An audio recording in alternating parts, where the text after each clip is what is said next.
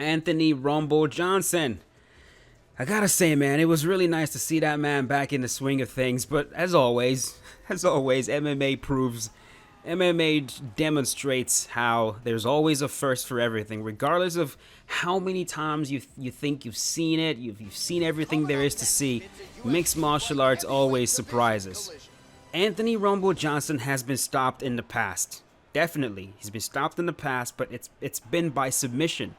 One thing that we've never seen before is Anthony Rumble Johnson get sat down, get dropped by a shot. And that's kind of crazy, right? It's kind of crazy to think about. Thank you. Right now we're facing Yuri Prohashka in the light heavyweight division. The reason, I love it when the weight class actually features, like the two weight classes actually features the fighter that I'm trying to use. Like it makes it so easy. Like I'm going to be able to get as many fights as I actually want today because, like I said, Anthony Rumble Johnson is in the heavyweight division and he's also in the light heavyweight division. So regardless of the weight class that we get, we're going to be able to get a fight with Rumble. So that makes me very, very glad. We're not sitting there wasting our time trying to find a very specific weight class. But yeah, Anthony Johnson returned. Don't do it. See, I tell you guys all the time. When will you guys start to listen? Anytime you're facing somebody and you try to attack them and they lunge out the way and they end up beside you, just throw up the uppercut. Just trust me. Throw up the uppercut. You're going to, they most like right there. They're gonna try to go to the body a lot of times. It's just natural. It's just a natural thing for players to want to do. And they're doing that because they assume you're going to be very low on stamina, so they're going to want to work your body, throw up the uppercut, and you're going to catch them 9 times out of 10. But yeah, man, Anthony Johnson returned. Got him.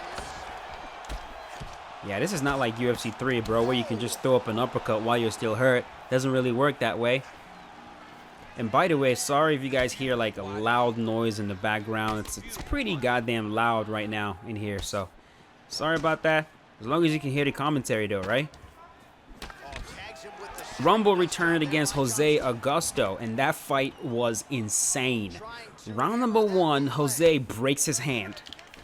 Like, straight up breaks his hand. I believe he threw, it was either a right hook or a cross or something, lands on the skull of Anthony Johnson. And you know, this is one thing that nobody ever really talks about, no one tells you, but it actually hurts to hit somebody. Like, hitting someone does not just hurt the opponent, the person you're hitting. It actually hurts when you hit some, especially if you're landing the top of the skull. It hurts. The human hand was not designed to be blasting away at skulls. The skull is a very, very, very hard surface, and so God, it's hard. It's loud in here. Jesus Christ. Hope you guys don't mind this. I really do. Really, really hope you guys don't mind this. But yeah, skull is a very hard surface. Anthony Johnson, the man hurts. Jose hurts his hand trying to punch Anthony Johnson, and then he has to fight with his left hand the whole entire fight. At one point in round number 1, though, this round is over. At one point in round number 1, he threw that right hand, landed it again, and man, you could just tell that the pain was too much. He was in agony. And then in that round, while Anthony Johnson was trying to fire off shots to the body, he had Jose against the cage. Jose lands a beautiful, well-timed, probably the cleanest Anthony Johnson has ever been hit. Lands clean on the chin. Wobbles him. Jose tees off, drops Anthony Johnson, literally sits him down face planted on the floor and almost gets him out of there. I feel like if his hand was not hurt, that would have been a win, bro. Honestly speaking. Of course, coulda, woulda, shoulda, if, buts, all of that, but it was, it was brilliant the way he hurt him. And oh my God, watching that, I was like, Anthony Rumble Johnson, don't do it, bro. Anthony Johnson in the rear naked choke position again. He's always there, bro. He's always there. It's so easy to get his back, man. Vitor Belfort choked him out with the rear naked choke. DC choked him out with the rear naked choke twice. I might be forgetting one more, but I believe he's been submitted with that rear naked choke at least 3 times, man. That's the one thing with Rumble, and I thought it was about to happen again because Jose was in the position, man. But you know, you could just tell his right hand just was hurting him. He couldn't get the hooks in or even lock it in. And of course, round number 2, Anthony Johnson does what Anthony Johnson does best. Beautiful left lead into a cross, knocks him dead. Knocks that boy out cold, man. Absolutely butchers him. Yeah, and he's back. He's back. Makes you a little bit curious what would have happened. Oh, bro, don't do it. Uh-oh, hold on. Hold on. I've got this fade-in right hand. Sit him down, get on top.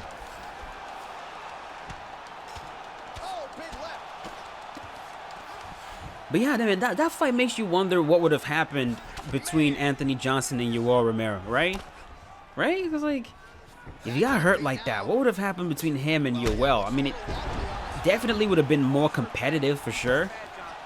And Yoel might have been able to get him out of there. I don't know. Come on. Fade him back with that right. Let's see if we can do it again.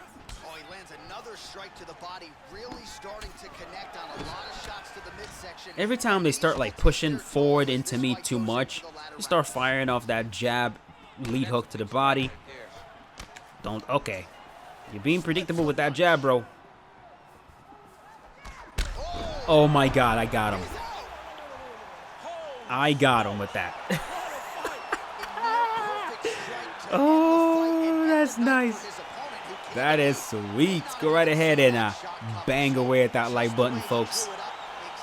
Really appreciate it when you guys leave that like. Watch this. Boom. Boom. Caught him with the right hook because he was going for his own right hook. Mine was short. Short, deliberate, while retreating straight to the point. Clean. Clean. One down.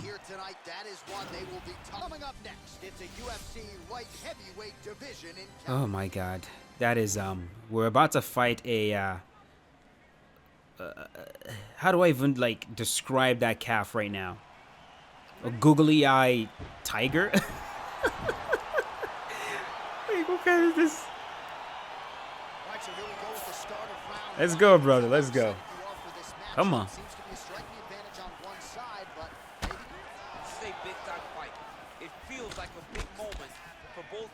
This one looks like the type of opponent yeah, he's leaving himself open. I was just about to say, he kind of looks like we might be able to get him out of there quick. Let's see. With these creative fighters, you just gotta try to work. Like, the biggest thing to worry about, especially with the striking ones, is just what strikes do they have in their arsenal, honestly. I haven't been able to memorize all of it, but that's really what you gotta worry about. Like, they could have something crazy, you know, something unexpected. A lot of times when you're facing, like, when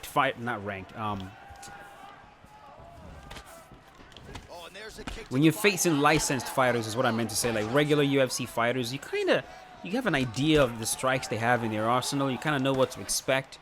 But yeah, look at this man shooting. But with the calves, it's like, okay, what do you have? You could have a wheel kick. You could have a question mark kick. There's just a bunch of questions. There's a roundhouse. There's a switch. No rock right there. At least thought that would be a rock. Elbow, spinning elbow into a knee. I could just hit him with that death combo, honestly, and sit him down.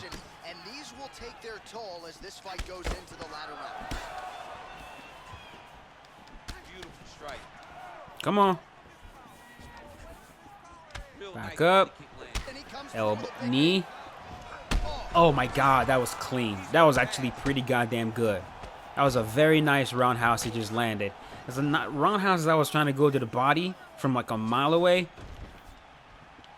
That was good. Don't do it.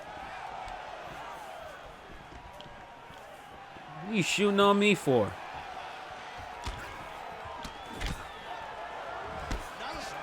But yeah, nice seeing Rumble back in there. Very curious to see. I mean, he was in shape too, man. Looked really, really good. By the way, dude, Anthony Johnson was throwing some hard leg kicks. Am I the only one right now that cringes so freaking hard every time he sees a fighter throw a leg kick? I mean, because you guys know that happened again, right? It happened again during the weekend. The leg break. It happened to a kickboxer. I forget his name. But I posted it on... It was like, throw leg kicks right here. I posted it on Twitter. It happened again. This kickboxer... It almost like he was asking for it. Because he was throwing super hard leg kicks. And he threw twice in a row. This one was actually worse because... He threw one leg kick. The first one got checked. He threw it again. Second one got checked. And then... I think his shin got fractured, and then it broke once he stepped on it. So this was worse. Like, and you could hear the crack. Like, dude, he steps on it, this fucking shin just snaps in half, and you could actually hear it. It was really, bro. Why? Huh? We were having fun, bro. We were having fun. We were having a good fight.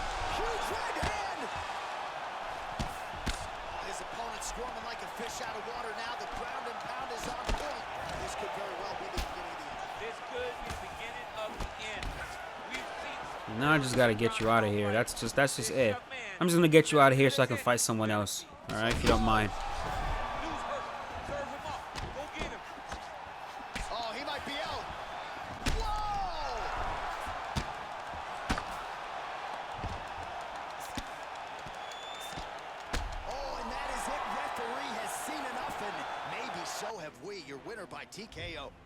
But yeah, it was pretty gruesome, dude. It was pretty gruesome. Fractures the shin, steps on it, it breaks, he falls back. He didn't even scream or anything. He just had that look. He just sat there like, I can't believe this just fucking happened. I can't believe my leg just broke in half. It's just, dude, it's getting worse. It's getting worse. It keeps happening. And Rumble was banging leg kicks, man. Let's move on. We're facing Francis Ngannou. This is a fight that I would love to see. But let's just be honest, man. Let's just be real, okay? Let's be real. Francis would probably knock this dude out. Especially with what we just saw. Francis would probably knock this dude out because Anthony Johnson would not shy away from a war. He wouldn't shy away from a gunfight. I mean, he gets into a gunfight with everybody. And he would try to gunsling with Francis, and it would just end terribly. It really will. Ngannou is another man that we've never seen him get dropped. I don't even think we've seen him get proper rocked. It's just scary when these guys are powerful as hell and also have very good chins. That's the scary part. And so Rumble will probably try to... Dude, this Francis is straight up coming at me, dude. Holy shit. This is actually the type of player that figures out a way to knock me dead. Because he just doesn't care whatsoever. Dude has no chill. He has no chill. My kid downstairs banging drums. Boom, boom, boom, boom, boom, boom, boom. She's so loud. I love it. To the body. She's essentially me, like me in girl form. It's the funniest thing ever. She's such a rascal, bro. Such a rascal. She's such a rascal, man. Headstrong, stubborn, just.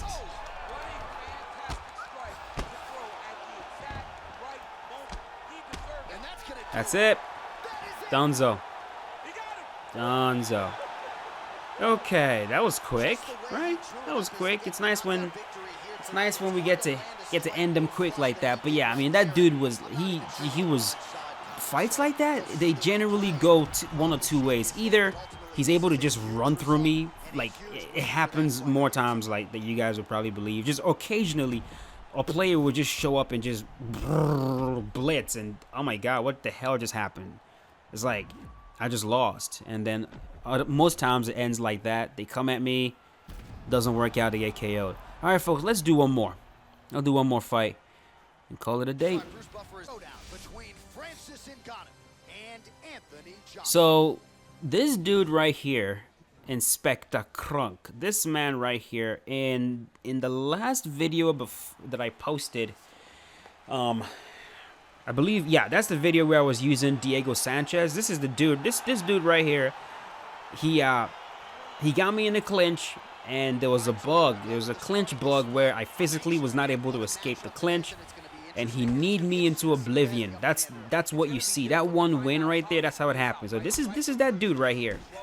So this is payback right here. This is going to be redemption. Feel me? I'm going to no malice whatsoever. It is what it is. But I'm gonna get that win back right now. We're gonna get that win right back. Oh boy. Maybe he's got my number. Maybe he's just got my number, because this is how he was rocking me in that first fight. Just random craziness, and boom, I get rocked out of nowhere. So let's actually respect him. Actually gonna respect this guy right now. I'm not trying to get KO'd from something dumb. Just the knee to the body.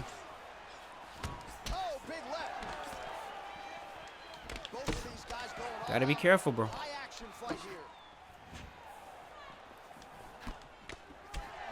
Alright, so he's pull countering.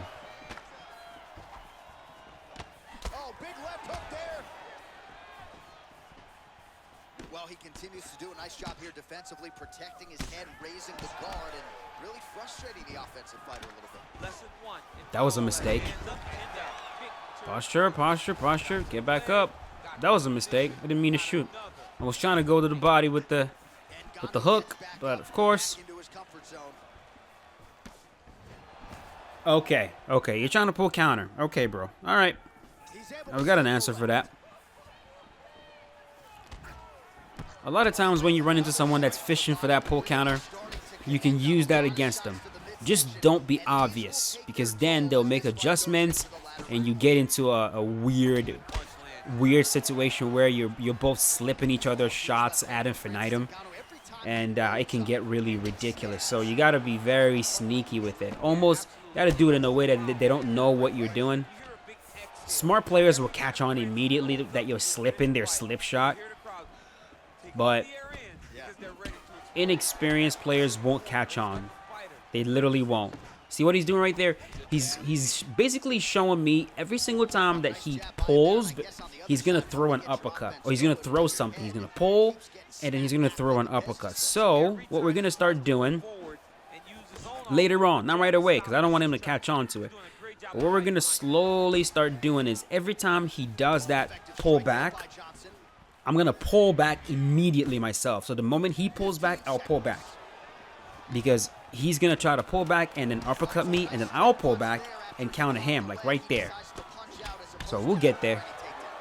We're going to sneak our way into it. And watch how quickly I get him out of there once I do that. A lot of players actually don't realize this, but you don't have to fall victim to the pull counter, bro. Like if you throw a hook, like a wild shot, and the opponent pulls counter, you have enough time to move your head. You don't have time to block. Respect, brother. Respect. Let's get it. See, I told you. No hard feelings whatsoever. But yeah, when you throw a shot and your opponent pulls it, like right there, see that? You can move your own head right away. You don't have to eat the counter shot. Yeah. So now we're gonna start sneaking it in. Well, he's looking for that left hand, just out of range though with it. The moment they pull, immediately move your head. Out of range with that one. and their pull counter will whiff. It will miss. The way the game was designed is it forces you to depend on head movement. So it's like when you throw a shot, you have time to move your head, but you don't have time to bring your hand back to block. And that is realistic, people. I don't want to see anybody complaining about that in the comment section. That is realistic. If you throw a shot, if you throw a punch, you have more time to move your head after you throw the shot than you have time to block your head. Just take my word for it or try it your own self. Throw a 1-2, then dip to the side, okay? And then throw a 1-2, bring your hand right back and block. Time it, see which is faster. What you notice is that you can move your head even like before the strike is completely extended. You could start moving your head before your hand is even completely extended. You see that right there? Smart fighters do that very well. Conor McGregor does it all the time. He would throw a cross, whiff, and immediately duck down. He did that against Jose Aldo. That's how he was able to avoid Aldo's left-hand counter. In that fight, Conor started off with a cross. Aldo slipped it, and Conor ducked down immediately as Aldo tried to counter with the... Oh, he's doing it again. As Aldo tried to counter with the left hook. Okay. Yeah, that's going to get him in serious trouble. That will get him in serious trouble. Because he's going to be low on stamina. He's going to be throwing a high impact strike, so the vulnerability will be very high. There you go. Sit him down. You guys see that? You see that right there? Try to implement that. It takes a while to remember to do it, and it does take some dope. That's it. Woo-wee. Got him. Yeah, try to implement that into your game. If you're facing someone that's very pull counter heavy, and they're being very very predictable with it, like they're fishing for it, just fishing for that pull over and over and over again, then just bait them. Throw a jab, hook. They're gonna pull. The moment they pull, you pull back as well. Now, the only thing though is if they're pull countering and fire and countering with a cross, then of course you got to make that read ahead of time. But a lot of players like to pull counter and then throw either a hook or a rear uppercut. So if they pull counter and try to throw an uppercut and you pull their own uppercut and you can counter. But if you notice that they're pulling back and then trying to fire off a cross at you, then the moment you throw your shot and you see them pull back, slip. Okay? 1-2, they pull back, slip immediately. Because the cross is going to come at you, then you get to counter. So it's your countering their counter. But if a player is smart and he keys in, then you guys are just going to counter his counter and counter. Because you guys could just pull each other ad infinitum. You can pull. Anyways, you get the point. That is it, folks. Leave a like if you enjoyed the video, and I'll see you guys later. As always, stay safe. Peace out.